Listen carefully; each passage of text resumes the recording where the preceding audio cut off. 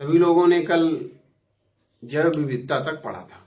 जैव विविधता के आगे की जो बातें थी उनमें सबसे मैंने कुछ चीजें वर्गीकरण के बारे में बताया भी था आप लोगों को। अब आगे की जो चीज थी उसमें जैव विविधता तो हो गई, जीवों में जो विविधता है तो विविधता की क्रमबद्धता कैसे है, क्यों की गई, क्रमबद्धता का क्या कारण था। तो अभी तक आप लोगों ने जाना जीवों में विविधता, ये जो संसार है इस संसार में विभिन्न प्रकार के जीव पाए जाते हैं, ये आप लोगों ने जाना था। और कुछ मैंने चीजें वर्गीकरण के बारे में भी बताई थी, लेकिन उसके पहले जैव विविधता जो है आपकी, तो जैव विविधता में क्रमबद्धता कैसे है, तो अर्थात विविधता में क्रमबद्धता अगली बात आती है। विविधता में क्रमबद्धता,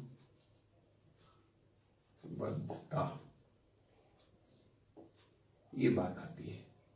अब विविधता में क्रमबद्धता मतलब इस संसार में जो 1.7 से 1.8 मिलियन जो जीव पाए जाते हैं, ये यही इनकी विविधता है इस संसार की, इस ब्रह्मांड की। तो इन विविधता को हम क्रमबद्ध तरीके से, इन विविध प्रकार के जीवों को क्रमबद्ध तरीके से रखना ही विविधता में क्रमबद्धता होती है। जैसे अब इसमें हम क्या लिखेंगे, जीवों के पारस्परिक संबंधों को, अब इस साथ में लिखते चले विविधता में क्रमबद्धता, तो इसमें क्या हम लिखेंगे, जीवों को पारस्परिक समानताओं एवं असमानताओं के आधार पर तुलनात्मक विभाजन करके सारी जीव जातियों को हम अनेक छोटे बड़े समूहों में, या समूहों को हमने बताया भी था कि टैक्सा कहते हैं, रखना विविधता में क्रमबद्धता होती है। जैसे लिखेंगे कैसे, जीवों के पारस्परिक संबंधों एवं समानताओं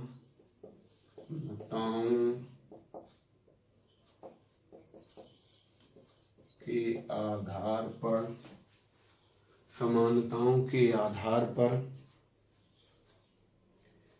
तुलनात्मक विभाजन करके,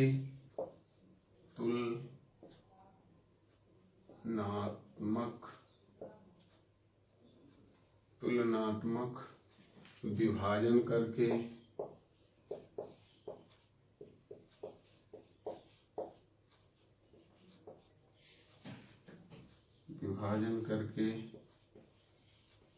समूहों या टैक्सा, समूह जो एक पर्टिकुलर समूह बनेगा उसको हम टैक्सा कहते हैं इंग्लिश में, और ऐसे सामान्य रूप से उसको समूह कहते हैं। तो समूहों या टैक्सा में रखना ही विविधता में क्रमबद्धता है। अब बात क्लियर हो गई ना, जीवों के पारस्परिक संबंधों एवं समानताओं के आधार पर तुलनात्मक विभाजन करके समूहों या टैक्सा में रखना ही विविधता में क्रमबद्धता है। ये बात हो गई विविधता में क्रमबद्धता। अब जैसे एग्जाम्पल अगर आपसे पूछा जाए कि एग्जाम्पल क्या हो सकता है इसका, तो एग्जाम्पल में आप देखेंगे कि मछलियां बहुत सारी प्रकार की होती हैं, सभी लोग जानते हैं। तो उन मछलियों को एक पिसीज समूह में रख दिया गया।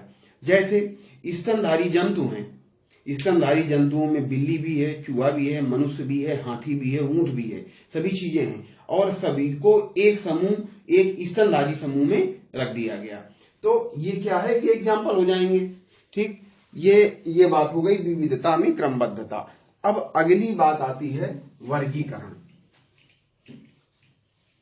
मेरी बात को ध्यान से सुनते चलेंगे और साथ में नोट भी करते चलेंगे तो ठीक रहेगा। देखिए सीमित साधनों में आपको अच्छा देने का प्रयास किया जा रहा है। तो निगेटिव थिंकिंग न सोच करके पॉजिटिव थिंकिंग के आधार पर हम सभी बच्चे काम करेंगे तो ठीक रहेगा। तो अब बात आती है, अगली बात है वर्गीकरण। वर्गीकरण को अंग्रेजी में बोलते हैं क्लासिफिकेशन।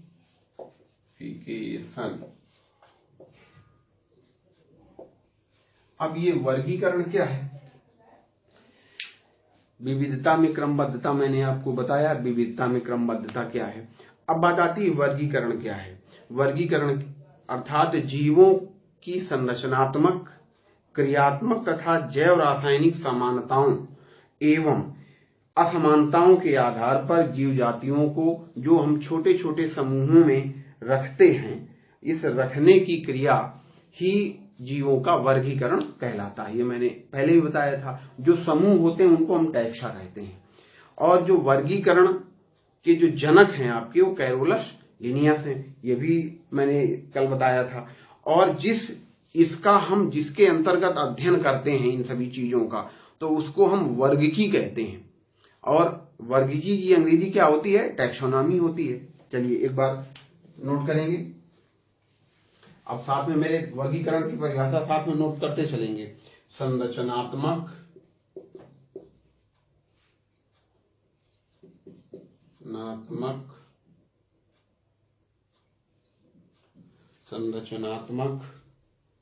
क्रियात्मक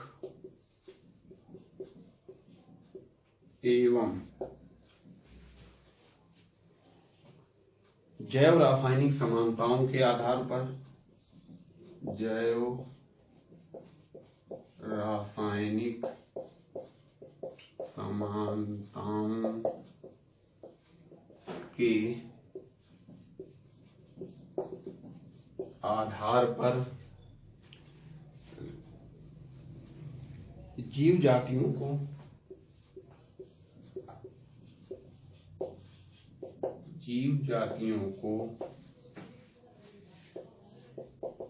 छोटे बड़े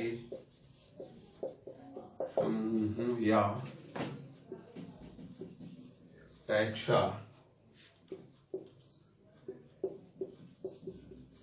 में रखना ही वर्गीकरण है।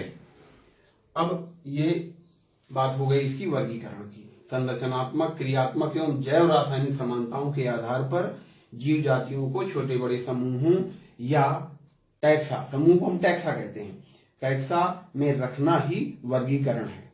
अब बात आती है, ये जो वर्गीकरण है, वर्गीकरण जिस विज्ञान के अंतर्गत हम पढ़ते हैं उसे हम क्या कहते हैं?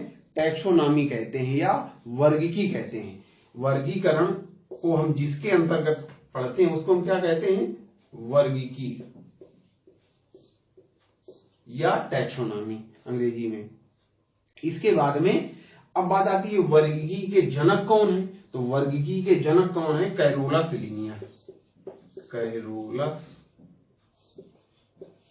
लिनियस, ये वर्गीकी के जनक है। पूछा जाता है वर्गीकी के जनक कौन है? तो कैरोलस लिनियस है। ठीक है। वर्गीकरण के जनक कौन है? कैरोलस लिनियस है। ठीक है। तो ये हमारे ध्यान में बात रहना चाहिए। अब इतनी बात हो गई। अब बात आती है वर्गीकरण का उद्देश्य। अगली बात आती है, अब बात आती है वर्गीकरण का उद्देश्य।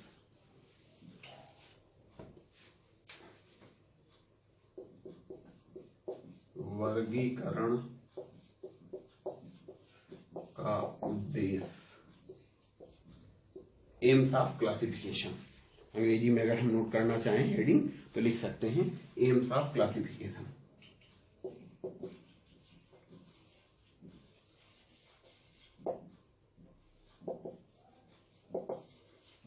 AIIMS of classification. अब ये वर्गीकरण का उद्देश्य क्या है?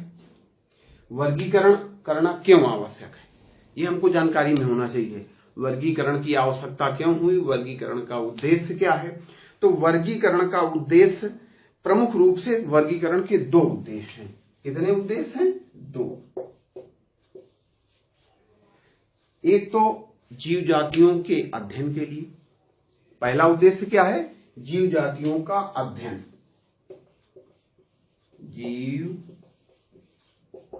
जातियों के अध्ययन के लिए एक पहला उद्देश्य है, ठीक है ना। दूसरी बात क्या है? दूसरी है विविध जीव जातियों के मौलिक अर्थात प्राकृतिक या जातिवृत्ति संबंधों को स्पष्ट करने के लिए। दूसरी बात क्या है इसमें? जीव जातियों के मौलिक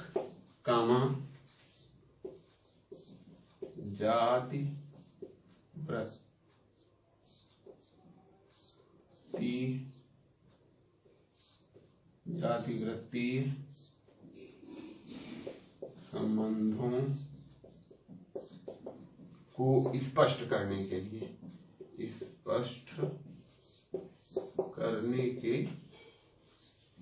ये प्रमुख रूप से वर्गीकरण के दो उद्देश्य हैं। तो वर्गीकरण का पहला उद्देश्य क्या है? जीव जातियों के अध्ययन के लिए। दूसरा उद्देश्य क्या है? जीव जातियों के मौलिक तथा जातिवृत्ति संबंधों को स्पष्ट करने के लिए। एक चीज और इसमें जोड़ सकते हैं, मौलिक जातिवृत्ति संबंध और प्राकृतिक दृष्टिकोण, रहन सहन, ये सब आ जाएगा। जातिवृत्ति संबंध के अंतर्गत रहन सहन, खान पान और उनमें जनन की क्रिया और उनमें जो है गमन की क्रिया, ये सभी जातिवृत्ति संबंधों के अंतर्गत बात आ जाती है। तो ये दो चीजें हो गई, ये वर्गीकरण का उद्देश्य हो गया। अब अगली बात आती है वर्गीकी एवं वर्गीकरण पद्धति। ये साथ में हमारे नोट करते चले तो ठीक रहेगा, तो नोट कर लें अगर कोई दिक्कत हो। मैं थोड़ा सा वेट कर रहा हूं।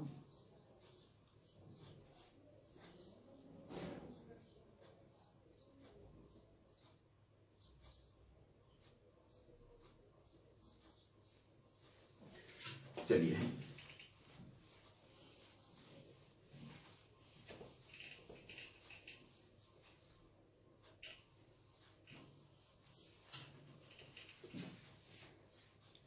अब अगली बात आती है वर्गीकी एवं वर्गीकरण पद्धति। वर्गीकी एवं वर्गीकरण पद्धति।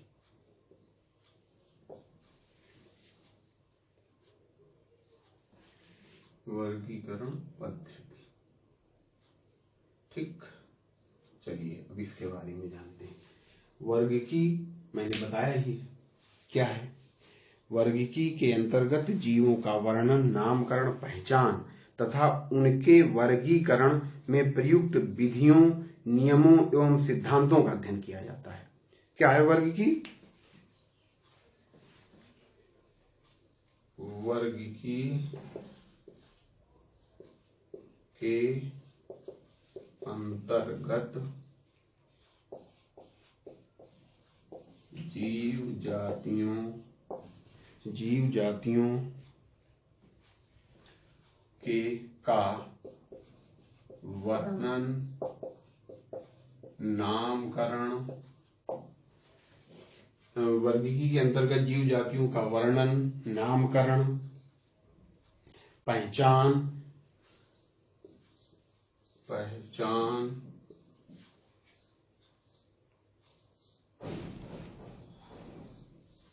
तथा उनके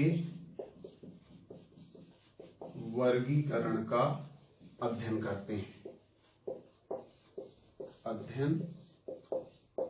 करते हैं। ये है वर्गीकी, ठीक है। टैक्सोनॉमी जिसको हम कहते हैं, इसको हम कहते हैं टैक्सोनॉमी। वर्गीकी के अंतर्गत जीव जातियों का वर्णन, नामकरण, पहचान तथा उनके वर्गीकरण का अध्ययन करते हैं। लेकिन अगर हम वर्गीकरण पद्धति की बात करें, देखिए हैं दोनों एक दूसरे के एक ही सिक्के के दो पहलू हैं, वर्गीकी और वर्गीकरण पद्धति, लेकिन इनमें थोड़ा सा डिफरेंट है। वर्गीकी टेक्सोनॉमी और वर्गीकरण पद्धति क्या है? सिस्टमैटिक्स, किसी चीज को सिस्टमैटिक करना, ये है निश्चित ही एक सिक्के के दोनों पहलू हैं। जैसे ग्रोथ और डेवलपमेंट एक सिक्के के दो पहलू होते हैं, लेकिन उनमें भी थोड़ा सा डिफरेंट होता है। तो उसी प्रकार वर्गीकी और वर्गीकरण पद्धति में थोड़ा सा डेवलपमेंट है, थोड़ा सा डिफरेंट है। जैसे ग्रोथ और डेवलपमेंट में ग्रोथ किसी चीज का लंबाई, चौड़ाई, वजन में बढ़ना होता है, और डेवलपमेंट जो है लंबाई, चौड़ाई, वजन में बढ़ना तो है ही है, साथ में उसके अंदर उसकी जो विकासी प्रवृत्तियां हैं, अर्थात उनका भी विकास, अर्थात उसकी मानसिकता का भी विकास होता है उसमें। तो उसी प्रकार इसमें है, वही चीज इसमें है, वर्गीकी और वर्गीकरण पद्धति। वर्गीकी टेक्सोनॉमी में जैसे वर्णन, नामकरण, पहचान तथा इन सब चीजों का अध्ययन करते हैं, और वर्गीकरण में क्या है? इन सब चीजों का अध्ययन करने के साथ साथ जो है उनके तुलनात्मक और क्रियात्मक जीवों के बीच की विविधता का भी अध्ययन करते हैं। तो क्या कर सकते हैं वर्गीकरण पद्धति में? वर्गीकरण पद्धति में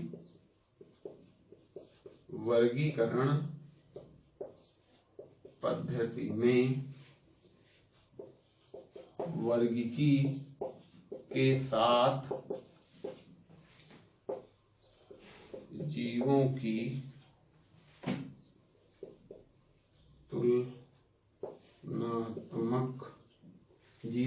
तुलनात्मक अध्ययन एवं उनकी विविधता का भी अध्ययन करते हैं। ठीक है ना? तो ये बात क्लियर हो गई, वर्गीकी और वर्गीकरण। वर्गीकी क्या है और वर्गीकरण क्या है, थोड़ा सा डिफरेंट है, और उसमें बहुत ज्यादा सोचने समझने की जरूरत नहीं है। समझते चलेंगे, जानते चलेंगे, सब कुछ व्यवस्थित आपको आता चलेगा। अब बात क्लियर होगी, वर्गीकी के अंतर्गत जीव जातियों का वर्णन, नामकरण, पहचान तथा उनके वर्गीकरण का अध्ययन करते हैं।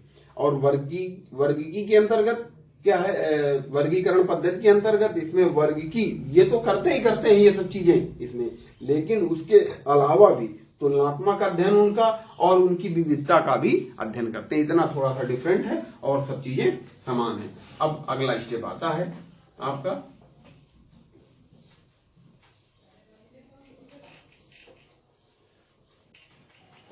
अब अगली बात आती है और महत्वपूर्ण भी है, वर्गीकी के क्रमबद्ध समूह।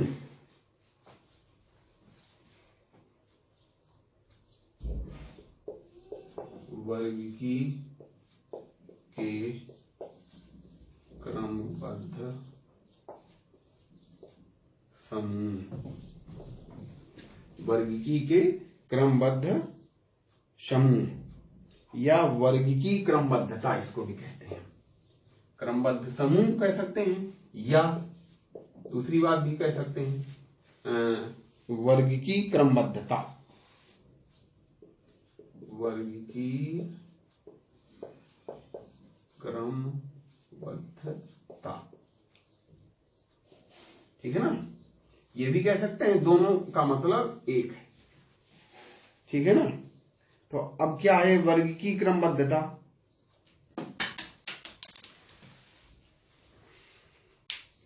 अब समझेंगे वर्गीकी क्रमबद्धता क्या है। मैंने आपको अभी बताया था कि जब जीवों में विविध, इस संसार में विविध प्रकार के जीव पाए जाते हैं, तो इन विविध प्रकार के जीवों में जो विविधता है उसके अंतर्गत उनको हम अलग अलग समूहों में रखते हैं। उन समूहों का जो एक क्रम है, जो क्रम है वही इसकी क्रमबद्धता होती है।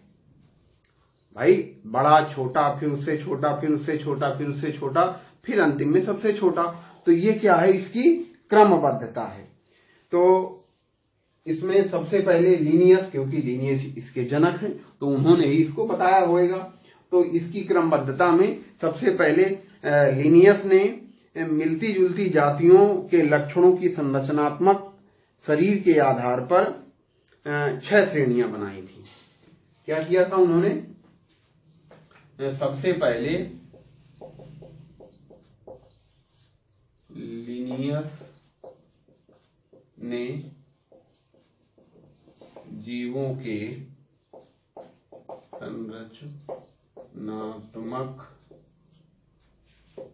संरचनात्मक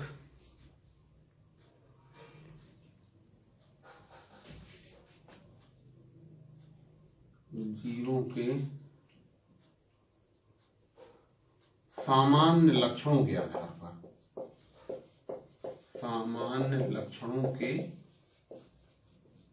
आधार पर 6 समूह बनाए थे।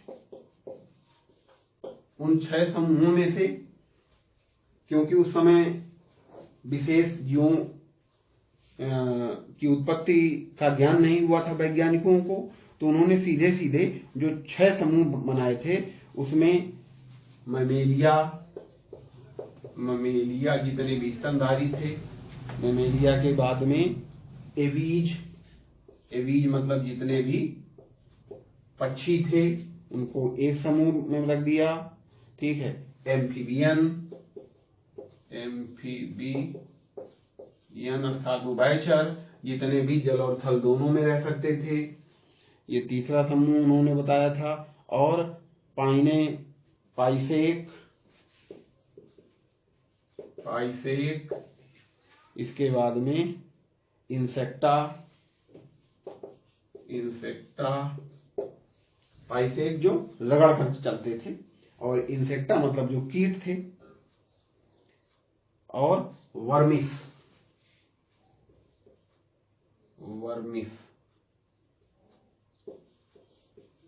इस प्रकार से ये 6 चीजें उन्होंने पहले शुरुआत में बताई। लेकिन फिर जब आगे उन्होंने और अध्ययन किया, और अध्ययन करने के बाद में उन्होंने निष्कर्ष निकाला कि नहीं, ये चीज ठीक नहीं है, तो उन्होंने जब जीवों की विविधता और उनकी तुलना की, अर्थात विविधता और तुलनात्मक अध्ययन किया, तब उन्होंने फिर उनके संबंधों के आधार पर उन्होंने क्या किया, 7 प्रमुख क्रमबद्ध समूह अर्थात श्रेणियां उन्होंने बाद में बताई। तो इतना होने के बाद में फिर आगे बात आती है, उन्होंने क्या किया, बाद में अध्ययन किया। और अध्ययन किन किन बेसों पर किया उन्होंने? जो अध्ययन उन्होंने किया वो अध्ययन उन्होंने उनके समूह, श्रेणी और उनकी जाति वृत्ति जो भी लक्षण थे उनके आधार पर उन्होंने अध्ययन किया। और अध्ययन करने के बाद में उन्होंने 7 चीजें बताई। इसमें कितने समूह बताए? 7 समूह उन्होंने बताए। प्रमुख रूप से कितने समूह बताए? 7। उसमें पहला जो उन्होंने बताया, अगर हम उच्चतम से निम्नतम की ओर चलेंगे तो सबसे पहले उन्होंने क्या बताया? जगत क्या अंग्रेजी में क्या कहते हैं? किंगडम। ठीक, ये सबसे पृथ्वी का सबसे बड़ा समूह उन्होंने बताया जगत को। जगत में जैसे मुनेरा के अंतर्गत सभी सूक्ष्म जीव आते हैं, ठीक है। एनिमेलिया के अंतर्गत सभी जंतु आते हैं। प्लांटी के अंतर्गत, पादप जगत के अंतर्गत सभी वनस्पतियां आती हैं। इस प्रकार से उन्होंने जगत पहला समूह बताया। फिर दूसरी बात उन्होंने क्या बताई?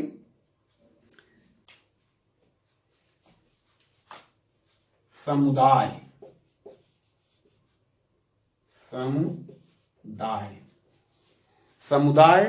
या संघ। समुदाय या संघ, इसको हम अंग्रेजी में क्या कहते हैं? फाइलम कहते हैं।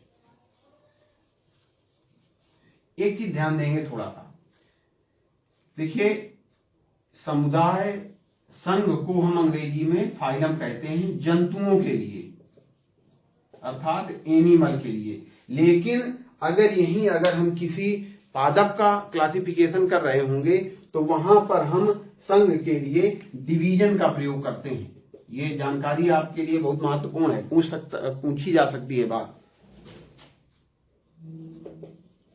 वहां किसका प्रयोग करते हैं? डिवीजन का प्रयोग करते हैं। ये पादपों में प्रयोग होता है और दोनों की हिंदी यही होती है।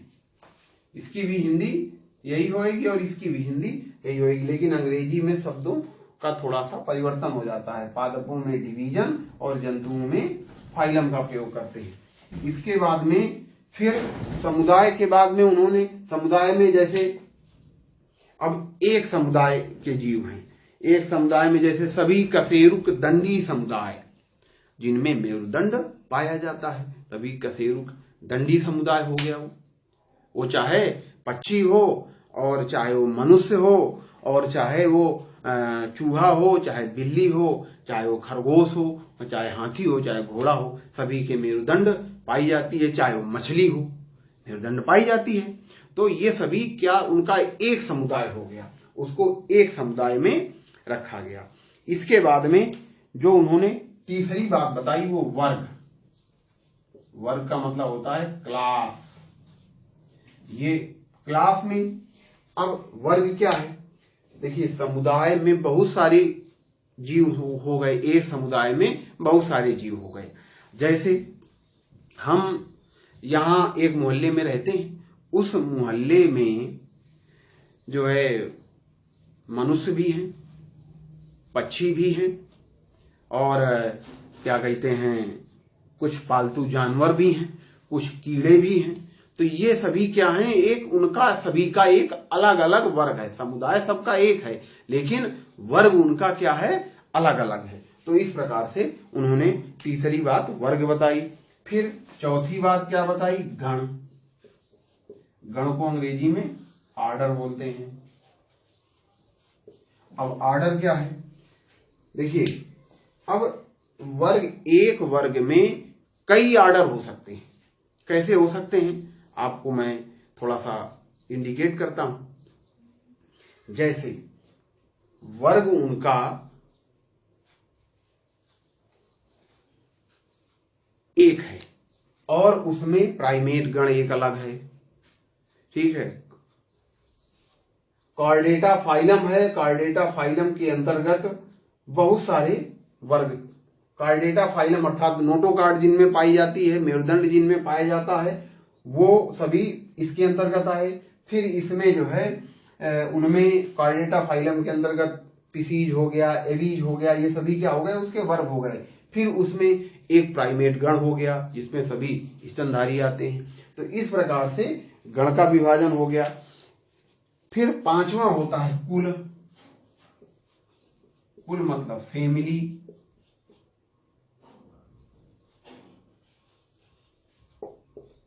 Family,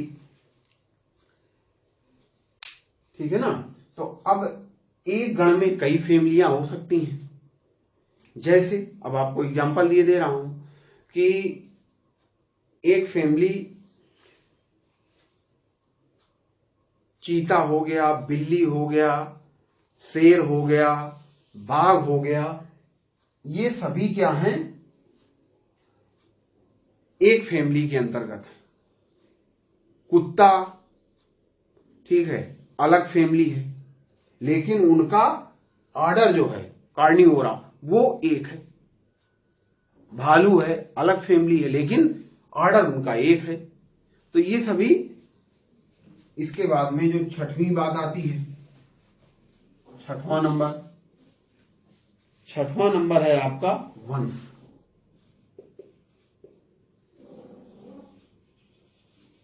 genus.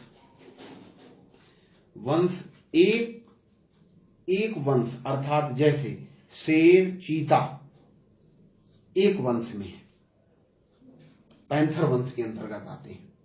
लेकिन अगली अगर हम देखेंगे तो दोनों में विभिन्नता है। तो वो जो विभिन्नता दिख रही है वो जातियां हैं अलग अलग। दोनों वो क्या हैं? दोनों अलग अलग जातियां हैं, जाति स्पेसीज, स्पेसीज वो क्या हो गई, वो अलग अलग जाति हैं। जैसे अगर हम जाति की बात करें तो शेर चीता, शेर और चीता उनका वंश एक है लेकिन दोनों की जातियां अलग अलग हैं, ठीक है ना। तो इस प्रकार से वर्गीकी की क्रमबद्धता में जो बात आई तो 7 समूह हैं। 7 समूह में अगर हम उच्चतम से निम्नतम की ओर जाएंगे तो जगत, समुदाय, वर्ग, गण, कुल, वंश और जाति, ये 7 समूह आते हैं। अगर हम निम्नतम से चलेंगे तो जाति, वंश, कुल, गण, वर्ग, समुदाय और जगत अपोजिट हो जाएगा, ठीक है ना। तो इस प्रकार से ये इसका जो है वर्गीकी की क्रमबद्धता में ये 7 टैक्सा होते हैं। इनको अंग्रेजी में क्या कहते हैं, टैक्सा बोलते हैं। अंग्रेजी में क्या बोलते हैं, इनको हम टैक्सा बोलते हैं। इन 7 समूहों को टैक्सा बोलते हैं, ठीक है ना, बात ध्यान में रहेगी। अब हम बात आती है, अब इनको हम अलग अलग देखेंगे, अलग अलग इनके बारे में पढ़ेंगे।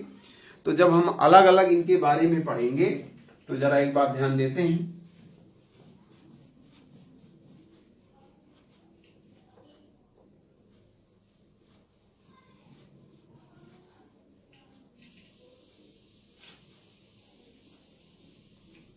अब मैं आपको जो अलग अलग बात बताऊंगा वो निम्नतम से उच्चतम की बात करूंगा।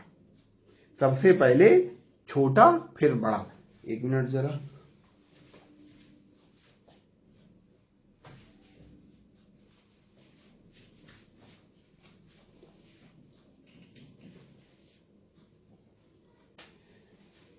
तो अगर हम निम्नतम से बात करेंगे तो सबसे पहले बात क्या आती है, जाति। जाति की अंग्रेजी क्या होती है, स्पेसीज।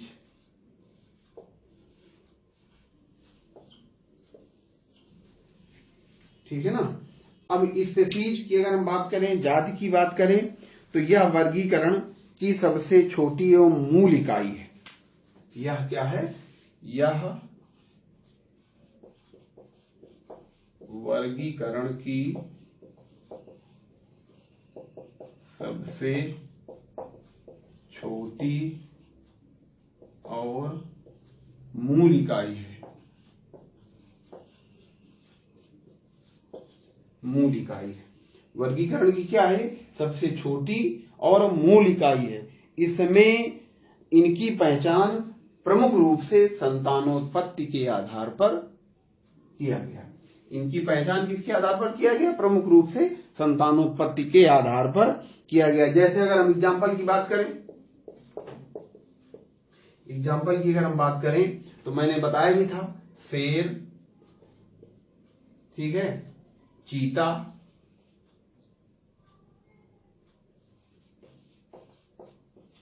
अब शेर चीता ये दोनों एक दूसरे के साथ संतानोत्पत्ति नहीं कर सकते, तो शेर की जाति अलग है और चीता की जाति अलग है।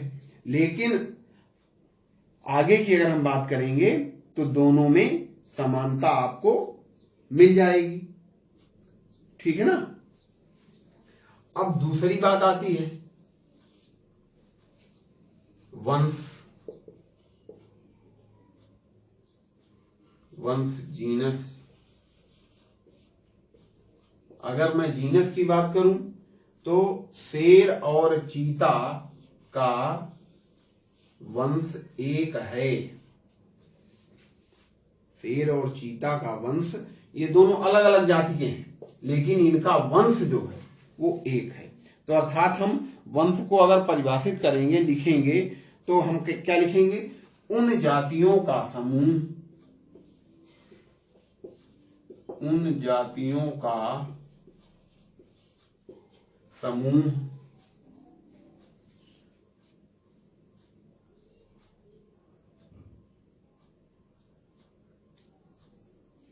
जो आपस में निकटवर्ती संबंध रखते हैं, जो आपस में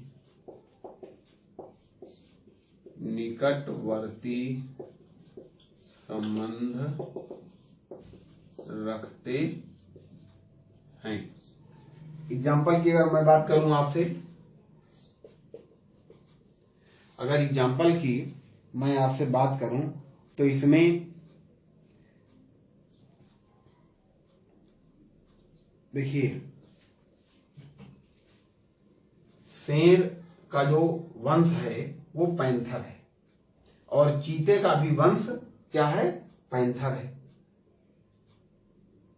इसी प्रकार आलू, टमाटर, बैंगन, ये सभी, इन सभी चीजों का जो वंश है वो सोलेनम है। लेकिन सभी की जातियां अलग अलग हैं, उन जातियों के कारण ये अलग अलग विभिन्नता है उनमें, लेकिन उनका जो वंश है वो सभी का एक है। सभी चीजों का वंश एक है, चाहे वो आलू हो, चाहे वो टमाटर हो और चाहे वो बैंगन हो, सभी का वंश क्या है, सोलेनम है। ठीक है ना।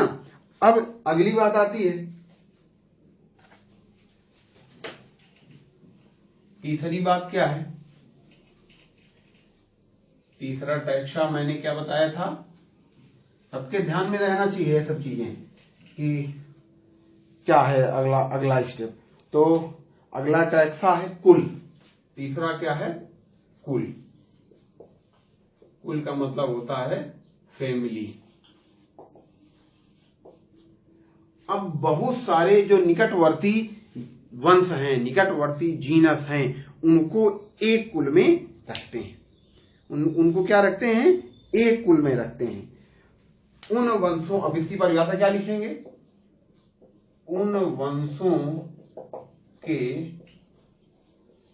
समूह, इसकी परिभाषा क्या लिखेंगे, उन वंशों के समूह जो समान लक्षण रखने वाले होते हैं, जो समान लक्षण रखने वाले होते हैं। ठीक है ना। एग्जाम्पल मैं दे दूं आपको, शेर है, ठीक है, चीता है, बाघ है, बिल्ली है, ये सभी की फैमिली एक है। चाहे वो शेर हो, चाहे चीता हो, चाहे बाघ हो, चाहे बिल्ली हो, इनकी सभी की फैमिली एक है। फेलिडी फैमिली के अंतर्गत ये सभी रखे जाते हैं। सभी किसके अंतर्गत रखे जाते हैं, फेलिडी फैमिली के अंतर्गत रखे जाते हैं। इसी प्रकार अगर मैं पादपों की बात करूं तो मैंने एक एग्जांपल आपको दिया था, आलू, टमाटर, बैंगन का जीनस सभी का एक है।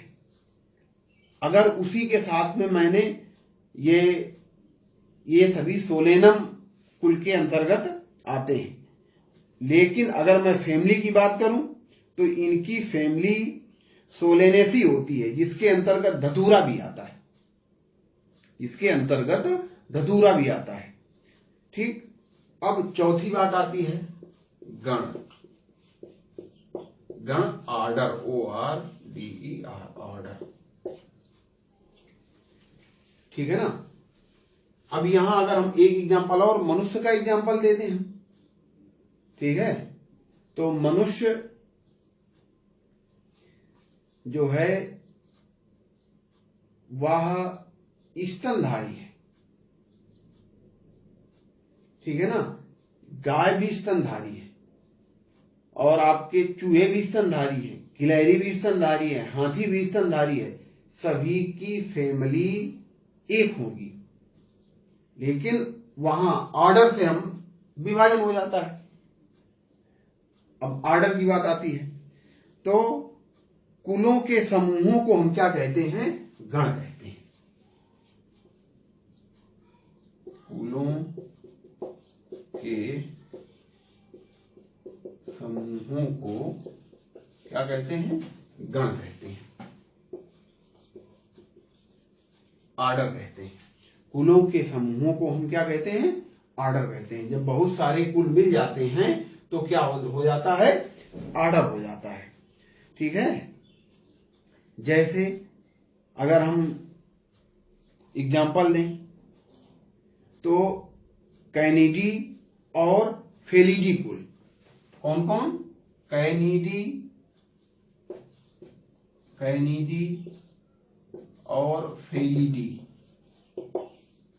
कैनिडी के अंतर्गत कुत्ता है आपका, ठीक है, भालू है, ये सभी चीजें कैनिडी के अंतर्गत। और फेलिडी के अंतर्गत शेर, चीता, बाघ, बिल्ली आती हैं। लेकिन इनका दोनों कुलों का जो आर्डर है वो आर्डर एक होता है, उसको हम बोलते हैं कार्निवोरा, कार्निवोरा, ठीक ना। इसके बाद बात आती है पांचवा स्टेप क्या है। अब ये नोट करते चलेंगे साथ साथ में भाई, सुनते चलेंगे और नोट करते चलेंगे। जहां ना समझ में आए तो वीडियो को रिपीट करके आप देखिएगा, बार बार रिपीट करिए। एक बार ना समझ में आए 4 बार रिपीट करके देखिएगा। जब तक समझ में ना आए तब तक वीडियो को आप रिपीट कर करके देखते रहिएगा, बात बिल्कुल मेरी समझ में आ जाएगी आपके। तो अब अगली बात, पांचवा क्या है? क्लास, वर्ग।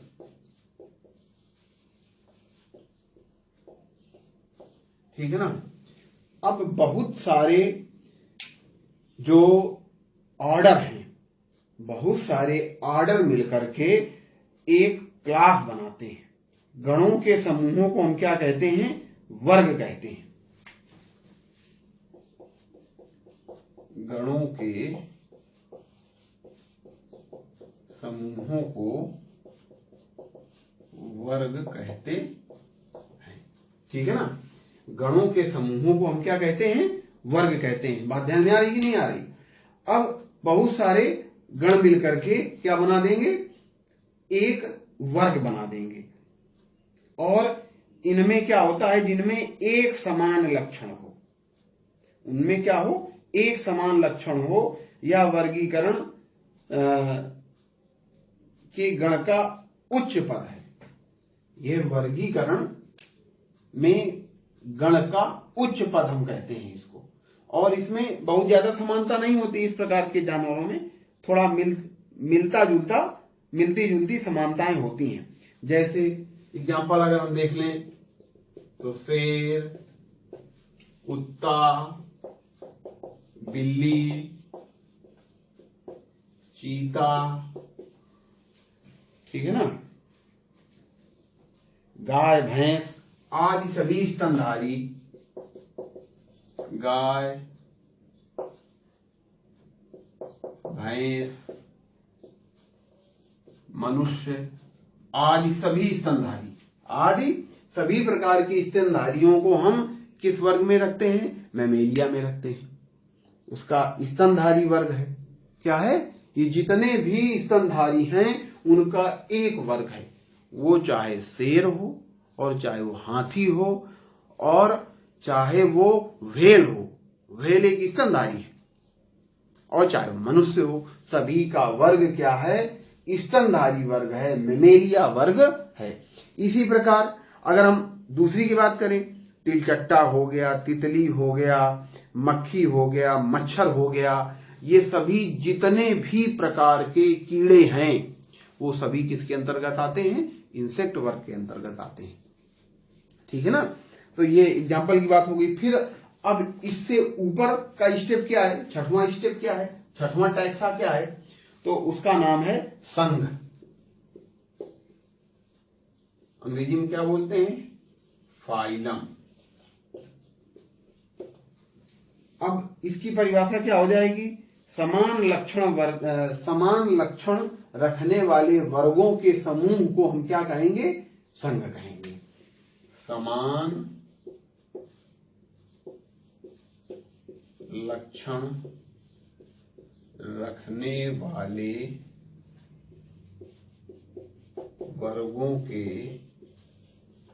समूह को क्या कहेंगे? हम संघ कहेंगे। जैसे वर्ग में मैंने बताया था, समान लक्षण वाले गणों के समूहों को हम वर्ग कहते हैं। इसी प्रकार संघ में हो गया, समान लक्षण रखने वाले वर्गों के समूहों को हम संघ कहते हैं, फाइलम कहते हैं। अब और यह वर्गीकी का उच्चतर टैक्सा होता है। वर्गीकी का क्या है? यह उच्चतर टैक्सा है। ठीक। अब मैं अगर फाइलम की बात करूं तो जितने भी प्रकार के जीव हैं तो उन जीवों को 10 संघों में प्रमुख रूप से, अब तो जो एक नया संघ जोड़ दिया गया है 11वां हो गया है, लेकिन पूरे इस जंतु जगत को प्रमुख रूप से 10 संघों में विभाजित किया जाता है। जैसे एक संघ हो गया प्रोटोजोआ, जिसके अंतर्गत सभी एक कोश की जीव आते हैं, वो सभी प्रोटोजोआ के अंतर्गत, प्रोटोजोआ संघ के अंतर्गत रख दिए गए। दूसरी बात हो गई आपकी पोरीफेरा। पोरीफेरा के अंतर्गत ऐसे सभी जीव रखे गए जो स्पंज वाले होते हैं, जिनमें फोम जैसे होते हैं। तो इसी प्रकार 10 समूह 10 संघ बनाए गए हैं पूरे जंतुओं को। जैसे आर्थ्रोपोडा, आर्थ्रोपोडा के अंतर्गत सभी जो है कीड़े मकोड़े जितने भी जिनमें उपांग संध युक्त होते हैं, जोड़े युक्त होते हैं। अपने आप की बात करें तो हम लोग किस संघ के अंतर्गत हैं? कार्डेटा संघ के अंतर्गत हैं, जिनमें नोटोकार्ड पाई जाती हो, वो चाहे छिपकली हो और चाहे मनुष्य हो, सबका फाइलम क्या है? एक है। तो ये हमारी जानकारी में होना चाहिए। फिर जो सबसे बड़ा टैक्सा है इस संसार का, उसका नाम है जगत। जगत को अंग्रेजी में बोलते हैं किंगडम, ठीक है ना। इस पूरे जो है संसार को 5 जगतों में विभाजित किया गया है। अगर हम जगत की परिभाषा लिखेंगे तो क्या लिखेंगे? समान लक्षण रखने वाले वर्गों के समूहों को जगत कहते हैं। अब ये जो पूरा संसार है, उस संसार को हम 5 जगत में विभाजित करते हैं। जैसे मुनेरा एक जगत होता है। एक जगत क्या होता है? मुनेरा। आगे मैं पढ़ाऊंगा ये सब चीजें। एक जगत क्या होता है? मुनेरा। अब मुनेरा जो जगत है उसके अंतर्गत सभी प्रोकैरियाट्स मतलब जिनकी कोशिका जो होती है, एक कोश की तो होते ही होते हैं, और कोशिका जो होती है वो पूर्ण रूप से विकसित नहीं होती, वो सभी मुनेरा के अंतर्गत रख दिए गए। एक जगत ये हो गया। दूसरा जगत क्या है? प्रोटिस्टा। तो प्रोटिस्टा जगत के अंतर्गत ऐसे सभी जीव रख दिए गए जो एक कोश की होते हैं। तीसरा जगत आपका जो है फंजाई, कवक जिसको हम कहते हैं, उसके अंतर्गत सभी ऐसे जीव रखे गए जो फंगस होते हैं, फफूंद जिनको हम कहते हैं। तीसरा जो जगत अगला जो जगत बनाया गया उसके अंतर्गत सभी पादप रख दिए गए, वनस्पतियां सभी रख दिए गई, जिसको हम पादप जगत अंग्रेजी में प्लांटी कहते हैं। जो 5वां जगत बनाया गया उसके अंतर्गत सभी जंतुओं को रख दिया गया, जिसको हम एनिमेलिया जगत कहते हैं। इस प्रकार से ये 5 जगत होते हैं। तो ये मैंने अभी जो आपको बताया, यह टैक्सा की बात की। ये पूरे वर्गीकरण को 7 टैक्सा में विभाजित करते हैं। लेकिन अभी कुछ चीजें, एक चीज नई आई है। अगर उस नई बात की बात करें हम, तो एक चीज बताई गई है, जीवन के 3 डोमेन। तो इस जगत के ऊपर का स्टेप है वो, लेकिन अभी उसको इसके अंतर्गत, टैक्सा के अंतर्गत जोड़ा नहीं गया। टैक्सा के अंतर्गत उसको जोड़ा नहीं गया, लेकिन वह इसके ऊपर का स्टेप है, मुनेरा के जगत के ऊपर का स्टेप है। अगर हम जोड़ देंगे तो डोमेन, जगत, संघ, वर्ग, इस प्रकार से स्टेप उसमें चलेंगे। तो अब हम अगली बात पढ़ें। जीवन के 3 डोमेन। जीवन के 3 डोमेन, 3 डोमेन्स ऑफ लाइफ, ठीक है ना। अब ये जो 3 डोमेन्स ऑफ लाइफ, इसकी जो संकल्पना बीज नामक वैज्ञानिक ने की थी। इसको किसने बताया था? बीज ने बताया था। कब बताया था? 1990 में बताया था।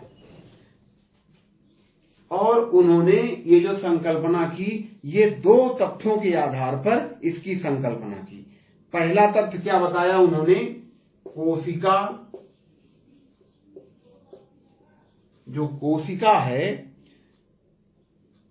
उसमें आरएनए न्यूक्लियोटाइड के अनुक्रम के आधार पर होते हैं। पहला स्टेप क्या उन्होंने बताया था, जो कोशिका के राइबोसोमल आरएनए हैं, आरएनए के न्यूक्लियोटाइड के अनुक्रम में अंतर। कोशिका के राइबोसोमल को राइबोसोमल आरएनए को हम आरएनए शॉर्ट में भी लिख सकते हैं। तो कोशिका के राइबोसोमल आरएनए के न्यूक्लियोटाइड में अंतर, न्यूक्लियोटाइड में अंतर, ये पहला तथ्य लिया। दूसरा तथ्य उन्होंने क्या लिया था, कोशिका कला की लिपिड संकल्पना तथा एंटीबायोटिक के प्रति संवेदना। तीसरा क्या लिया, लिपिड। दूसरी बात क्या ली थी, लिपिड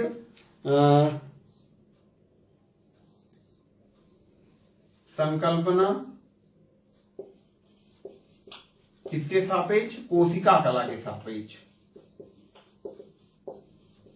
कोशिका कला के सापेक्ष लिपिड संकल्पना और एंटीबायोटिक के प्रति संवेदना उसकी, और एंटीबायोटिक के प्रति संवेदना। ये बात उन्होंने दो तथ्यों के आधार पर उन्होंने जीवन के 3 डोमेन बताए थे। पहला तथ्य क्या लिया था, कोशिका के राइबोसोमल आरएनए के न्यूक्लियोटाइड में अंतर। दूसरा क्या उन्होंने लिया था, कोशिका कला के लिपिड संकल्पना में और एंटीबायोटिक के प्रति संवेदना। कोशिका कला के लिपिड संकल्पना में एंटीबायोटिक के प्रति संवेदना, ये 2 चीजों के आधार पर इन्होंने जीवन के 3 डोमेन बता दिए। और उन जीवन के 3 डोमेन को हम क्या कहते हैं। अब पहला डोमेन क्या है, डोमेन आर्किया। पहला डोमेन का क्या नाम है, डोमेन आर्किया, या कह सकते हैं इनको आर्की बैक्टीरिया या आर्की बैक्टीरिया। ये पहला डोमेन है, ठीक है ना, डोमेन आर्किया या आर्की बैक्टीरिया। इसके अंतर्गत जो जीव आए वो एंटीबायोटिक के प्रति जो है उनका कोई प्रभाव नहीं था। इसके अंतर्गत ऐसे जीव, एक तो ये इसके अंतर्गत आद्य जीव आए, बहुत पुराने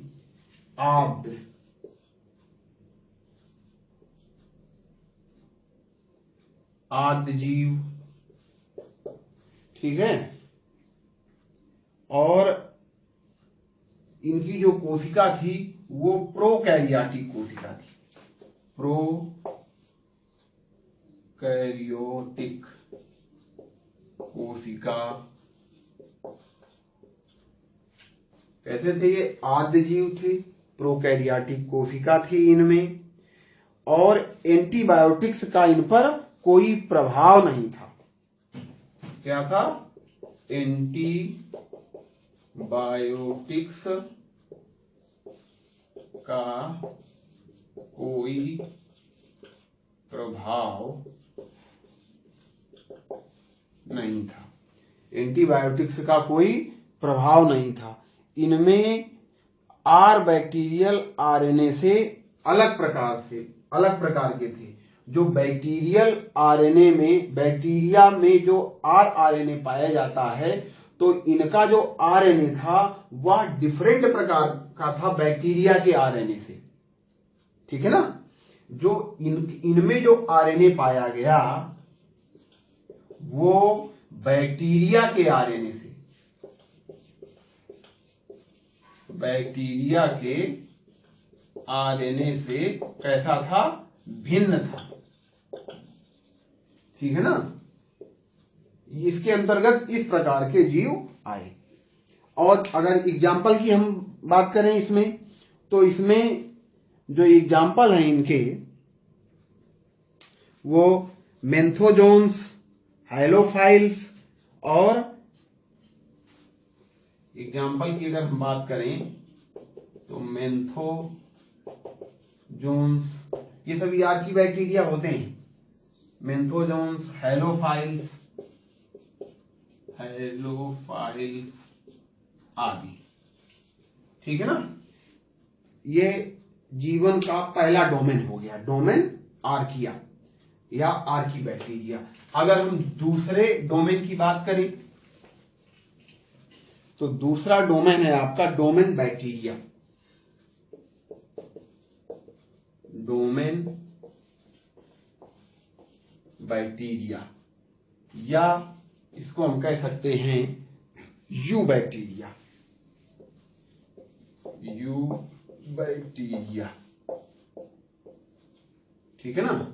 ये दूसरा डोमेन है। अब इस दूसरे डोमेन के अंतर्गत कैसे जीव आए? ये एंटीबायोटिक्स के प्रति संवेदनशील थे।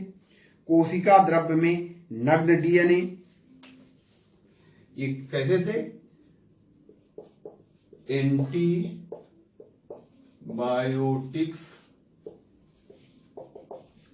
के प्रति संवेदनशील,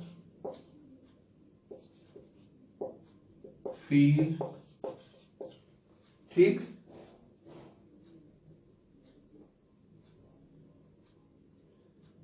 कोशिका द्रव्य में नग्न डीएनए, ठीक है ना। कोशिका द्रव्य में नग्न डीएनए था इसमें, और इनमें जो राइबोसोम्स थे, राइबोसोम्स, वो कैसे थे? वो 70S टाइप के थे। आगे बताऊंगा मैं 70S का मतलब क्या है, वो आगे जब टॉपिक आएगा तो वहां बताऊंगा। तो इसके अंतर्गत ऐसे और सभी बैक्टीरिया थे।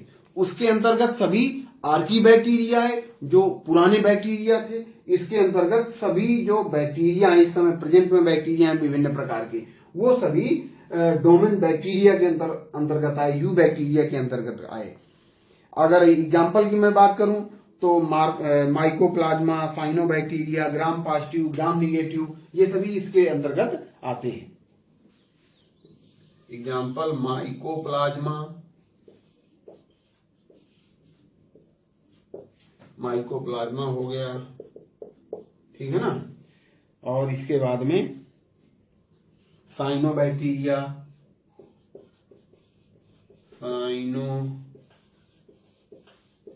बैक्टीरिया, ग्राम पॉजिटिव,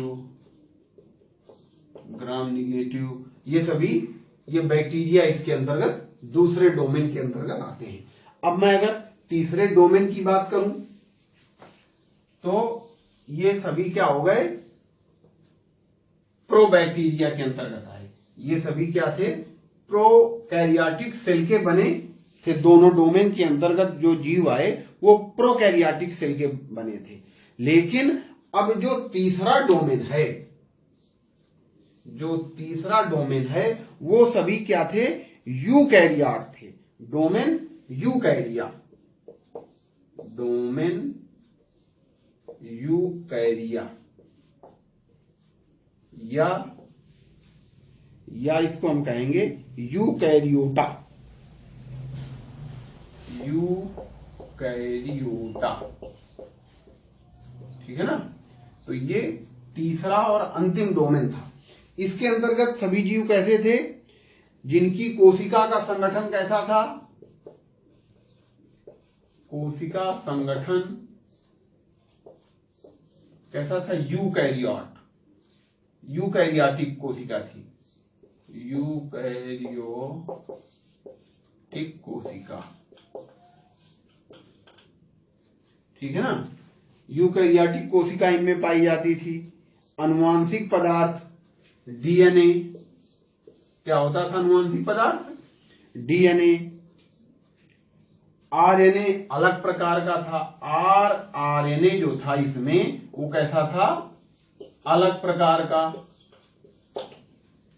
ठीक है, कोशिका संगठन यूकैरियोटिक कोशिका का, आनुवंशिक पदार्थ डीएनए, आरएनए अलग प्रकार का, और इसमें जो है राइबोसोम्स जो थे वो 80S टाइप के थे। कैसे थे राइबोसोम्स, कैसे थे 80S टाइप के। तो अगर मैं इनके एग्जाम्पल की बात करूं तो सभी लोगों के ध्यान में बात आ गई होगी। जितने भी सभी यूकैरियोटिक कोशिकाओं के बने जीव हैं वो सभी इस डोमेन के अंतर्गत आते हैं। इस प्रकार से आज की क्लास यहीं से समाप्त होती है।